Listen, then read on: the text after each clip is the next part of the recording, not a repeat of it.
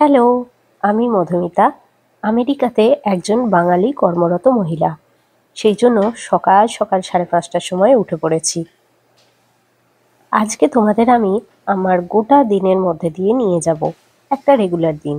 তবে জাস্ট কি আমি করি সেটা আজকে শেয়ার করব না, কিন্তু এইসব করবার সাথে সাথে কি ভাবনা আমার মাথার মধ্যে চলে সেগুলোও আমি শেয়ার করব তোমাদের সঙ্গে। কারণ কাজ করার সঙ্গে সঙ্গে যে একটা বড় আমাদের মাথার মধ্যে চাপ থাকে, যেটা কেউ দেখতে পায় না, সেইটাই আজকে শেয়ার করব ভেবেছি। আমি জানি এটা শুধু আমার জীবনের চ্যালেঞ্জ নয়, আমাদের সবার জীবনের চ্যালেঞ্জ। সকালবেলা ধরো রেডি হতে হতে সবসময়তেই মাথার মধ্যে ঘুরে 6টা 10 বেজে না যায়, আমাকে তার মধ্যে বেরোতেই হবে। আবার স্কুলে যাওয়ার পথেই হিসেব শুরু হয়ে যায় যে আজকে স্কুলে কি কি কাজ করব, আজকে স্কুলে বাচ্চাদের কি কি শেখাবো।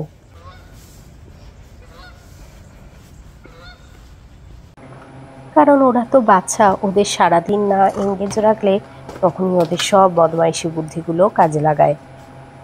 তাই যখন যেটা করি সেটা তো করি, তারপরে কি করব সেই প্ল্যানটাও একই সাথে মাথার মধ্যে চলতে থাকে।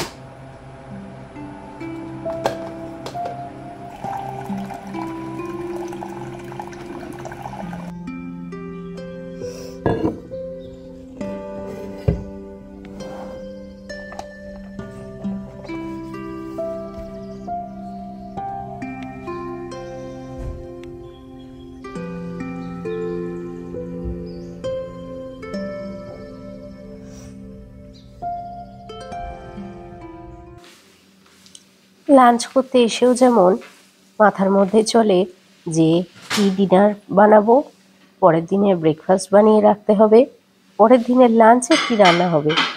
সব কিছু শুধু তো রান্না করার ব্যাপার নয়, কোথাও কোনো কিছু আমার ট্রেনিং বাকি আছে কিনা সেগুলো ভাবনা চলে, কোথাও কিছু ফলো আপ বাকি আছে কিনা, কোথাও কোনো পেমেন্ট বাকি আছে কিনা।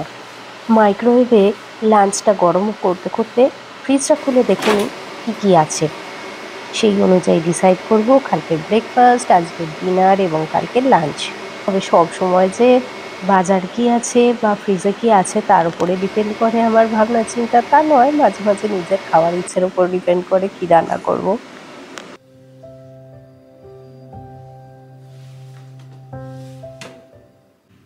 রান্না করা যা ছিল ফ্রিজে সবই মোটামুটি শেষ হয়ে গেছে। স্যুপ আছে বেশ খানিকটা, আর একবারের মতো মাটন আছে। তবে সেটা মোটামুটি ভাবা আছে যেদিন সৌম্য বাড়িতে থাকবে সেরকম কোনো দিনে খাওয়া হবে।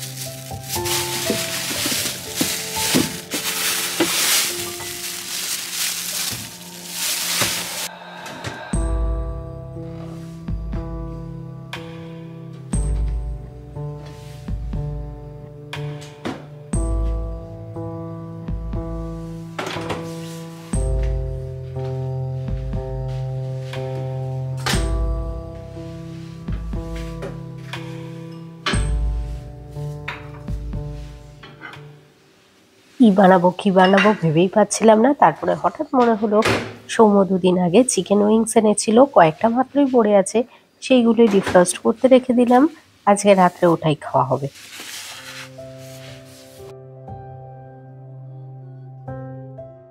মোটামুটি স্কুলের কাজ র্যাপ আপ করবার সময়, আর আমি পরের দিনের প্ল্যানিং করে রাখছি।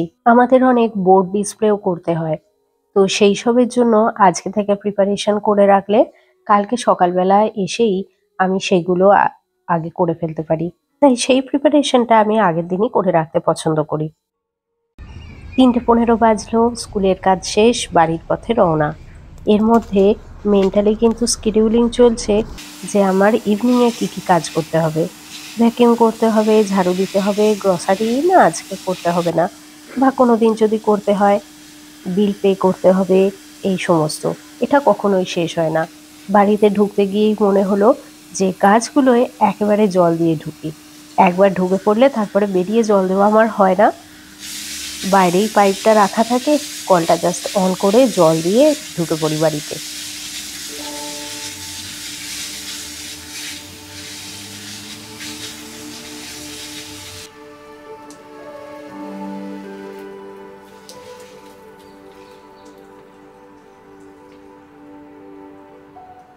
ডেলি লাইফের একটা রাউন্ড শেষ হয়ে গেছে, সেকেন্ড রাউন্ড শুরু হচ্ছে ঘরে।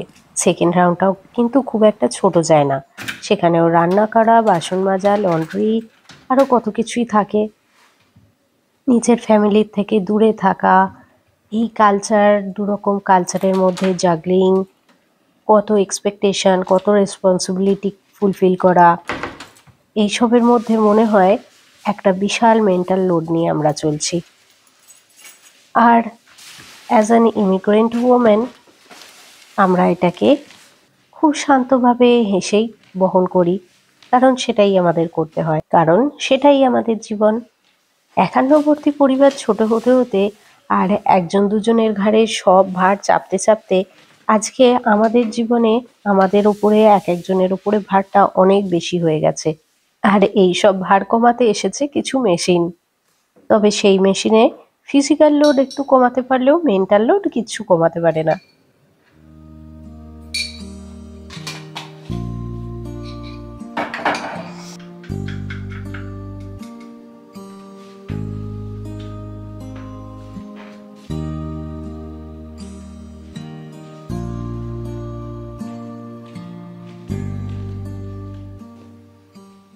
তবে আমার যতই কাজ থাক যাই থাক, বিকেলবেলা এসে এক কাপ কফি নিয়ে বা এক কাপ চা নিয়ে বসে একটু আরাম করে আমি রিল্যাক্স করে নিই আর কফিটা উপভোগ করি। তার সঙ্গে কখনো হয়তো একটু সেন্টেড ক্যান্ডেল জ্বালিয়ে দিলাম, একটু হালকা করে রবীন্দ্রসঙ্গীত চালিয়ে দিলাম, এইসব দিয়েই এই সময়টাকে আমি উপভোগ করি।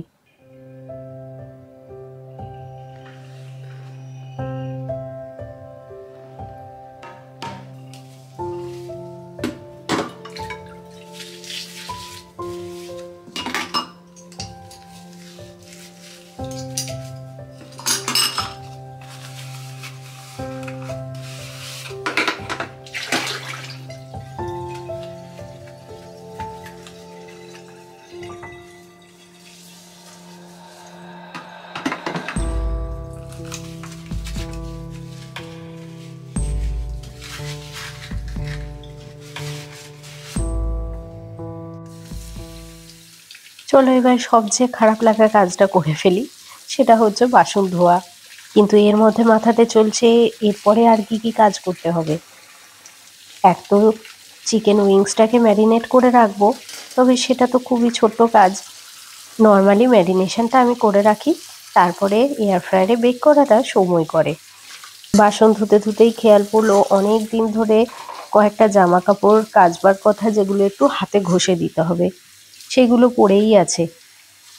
সেইগুলো আজকে দিয়ে দিই, খুব বেশি কিছু লোড নেই আজকে দেওয়ার মতো, কিন্তু ওইগুলো একটু হাতে ঘষে চালিয়ে দিই।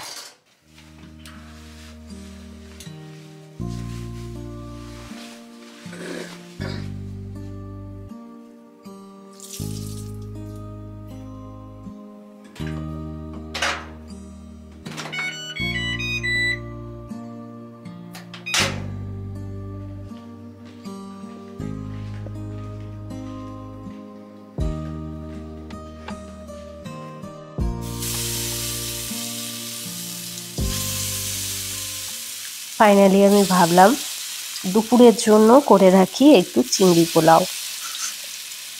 কয়েকদিন ধরে ওই ডাল ভাত খেয়ে খেয়ে আমার অরুচি হয়ে গেছে, এবার একটু চিংড়ি পোলাও করব। আদা রসুন বাটা, লঙ্কা বাটা, পেঁয়াজ বাটা, নুন, হলুদ এইসব দিয়ে ম্যারিনেট করে রেখে দিয়েছিলাম, হালকা করে ভেজে নিচ্ছি। আর এই পেঁয়াজ ভাজা বা ডিহাইড্রেটেড পেঁয়াজ, এইটা হচ্ছে লাইফ সেভার, অনেক তাড়াতাড়ি কাজ হয়ে যায়। তেলেতে দিয়ে দিলাম, হালকা একটু নাড়লেই ভাজা ভাজা হয়ে যায়। আর ভাজা পেঁয়াজ কিনলে তো সেটাও করতে হয় না। আদা রসুন বাটা দিলাম, তার সঙ্গে মশলার মধ্যে হলুদ, নুন, লঙ্কা গুঁড়ো আর ধনে গুঁড়ো দিয়েছি। গোবিন্দভোগ চাল অলরেডি আমি ধুয়ে ভিজিয়ে রেখে দিয়েছি, মশলাগুলো একটু কুক হয়ে গেলে তারপরে চালটা দিয়ে দেবো। ও হ্যাঁ, তার আগে একটু ফেটানো দইয়ে দেবো। দই দিলে যদিও পোলাওটা অত বেশি ঝরঝরে হয় না, কিন্তু দইটা দিলে টেস্টটা খুব ভালো হয়। কোকোনাট মিল্ক দিলেও খুব ভালো হয়। কোকোনাট মিল্ক দিলে আর দই দেওয়ার দরকার হয় না। চলো, মশলা থেকে তেল ছেড়ে গেছে, আমি চালটা দিয়ে দিই। এবার ভালো করে নেড়ে পরিমাণ মতো জল দিয়ে আমি ঢাকা দিয়ে দেবো। মোটামুটি 80% মতো কুক হয়ে গেলে তারপরে চিংড়িগুলো দিয়ে দেবো। সেগুলো তো অলরেডি ভাজাই আছে। চলো দেখি পোলাওটার কি অবস্থা। এমনি তো ঠিক আছে, কিন্তু জলটা মনে হচ্ছে একটু বেশি বেশি হয়ে গেছে।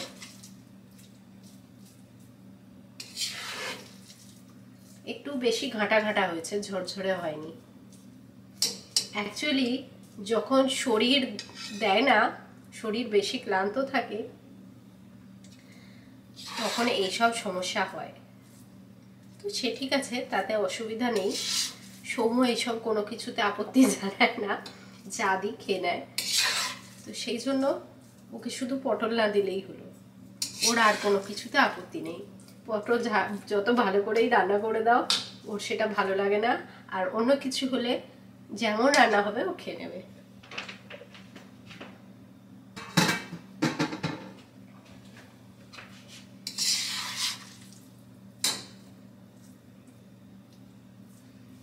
তো এমনি তো হয়ে গেছে একেবারে। সৌম্যর টিফিন বক্সে আমি তুলে রেখে দিই কালকের জন্য, আর আমারটা একটা বাটিতে রেখে দিই। অ্যাকচুয়ালি আমি দুবার খাবো, সৌম্য কালকে দুপুরে খালি খাবে।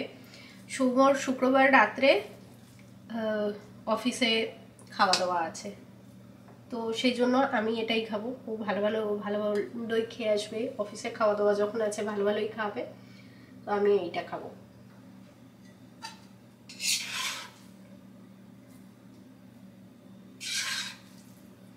তো অ্যাকচুয়ালি লাস্ট 3 দিন ধরে আমি শুধু ডাল, ভাত, পেঁপে সিদ্ধ, ডিম এই খাচ্ছি। অ্যাকচুয়ালি ওই যে করতে হবে সেই ভয়তে এইসব খেয়েছি, কারণ ওগুলো করাই ছিল। আর সৌম্যকে তো ওরকম ডাল, ভাত, পেঁপে সিদ্ধ অফিসে দিতে পারিনি, তাই ওকে যা বাকি যা যা ছিল সেগুলো দিয়েছি।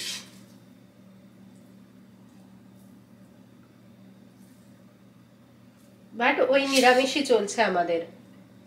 সেই যে সেদিনকে বন্ধুরা এসেছিল, সেদিনকেই যা আমরা আমিষ খেয়েছি, তারপর থেকে ডিমটাকে নিরামিষের পর্যায়েতেই ধরছি, ওটাকে ঠিক আমিষের পর্যায়ে ধরা যায় না। তো সেই রকমই খাওয়া দাওয়া চলছে আমাদের, মানে নিরামিষ খাওয়া দাওয়া চলছে। সেই জন্য এবার আজকে আমার মনে হচ্ছে না, এবার একটু ভালো কিছু খেতে হবে, আর ভালো লাগছে না এইসব খেতে। সেই জন্য আজকে এনার্জি খুব বেশি না থাকা সত্ত্বেও এই রান্না হয়েছে। তবে চিংড়ি করলাম, তার একটা মেন কারণ হচ্ছে এটা তো বেশ তাড়াতাড়ি রান্না হয়ে যায়। প্রথমে ভাবছিলাম যে খিচুড়ি বানাবো, খিচুড়ি করলে আরো তাড়াতাড়ি হয়ে যেত, সব মিশিয়ে কুকারে বসিয়ে দিলেই হয়ে যেত।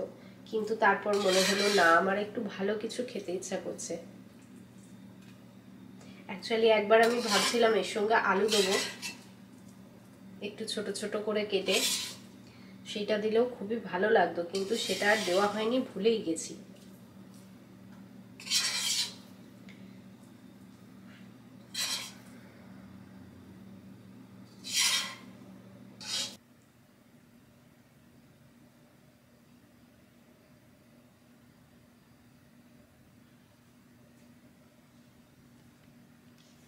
এখন 6:15 বাজে, আবার আর 1 কাপ কফি নিয়ে বসলাম ভিডিও এডিট করতে। সৌম্য ফোন করেছে, বলল বেরিয়েছে, কিন্তু এখনো অ্যাটলিস্ট আধ ঘন্টা সময় লাগবে। তো এই চলে আর কি, সারাদিনের সব কাজের মধ্যে জাগলিং। তোমাদেরও এরকম চলে কি? যারা বাড়ি থেকে অনেক দূরে থাকো তাদের মধ্যে তো অবশ্যই নিশ্চয়ই চলে। যদিও এখন আস্তে আস্তে সেই সময়টা এসে গেছে যে একই শহরেও কাছাকাছি থাকলেও সব সময় ফ্যামিলির সঙ্গে থাকা সম্ভব হয় না। তো সেই ক্ষেত্রে একাকেই সব কাজ মেটাতে হয়। তবে দেশে থাকলে একটা বড় জিনিস পাওয়া যায়, সেটা হচ্ছে হাউস হেল্প, যেটা এই দেশে তো অ্যাটলিস্ট পাওয়া যায় না। হ্যাঁ, অনেক দেশেই পাওয়া যায়, শুধু বাড়ি থেকে দূরে থাকলেই যে এরকম সব কাজ নিজেকে সামলাতে হয় সেটা নয়। অনেক দেশেতেই সেই জিনিসটা অনেক সুবিধা পাওয়া যায়, বা অনেক দেশ আছে যেখানে থাকলে লাইফ এত বেশি ফাস্ট পেস নয় আমেরিকার মতো। সেই সব জায়গায় একটু তো আরাম অবশ্যই। আমেরিকার লাইফ প্রচণ্ড বেশি ফাস্ট, আর সব কিছু নিজেকে করতে হবে, সব কিছু করতে হবে, সব কিছু মিলিয়ে মাঝে মাঝে মনে হয় ইটস টু মাচ, আর পারা যাচ্ছে না। কিন্তু পারা যাচ্ছে না বলেও পারতেই হয়, আর সেই সব নিয়েই আমাদের জীবন। চলো আমি ভিডিওটা এডিট করি, আবার খানিকক্ষণ পরে তোমাদের সঙ্গে কথা বলবো। চিকেন উইংস আর গ্রিলড জুকিনি নিয়ে আমরা ডিনার করতে বসলাম। তোমাদের সবাইকে অনেক ধন্যবাদ আমার সঙ্গে দিনটা কাটানোর জন্য। আর তোমরা যদি আমার এই সিচুয়েশনটার সঙ্গে নিজেদের রিলেট করতে পারো, তাহলে কমেন্টে আমার সঙ্গে গল্প করো। আর জেনে রাখো, তোমরা একা নয়, আমিও আছি। চলো তাহলে আজকের মতো টাটা, আবার পরে দেখা হবে তোমাদের সঙ্গে। সবাই ভালো থেকো, সুস্থ থেকো।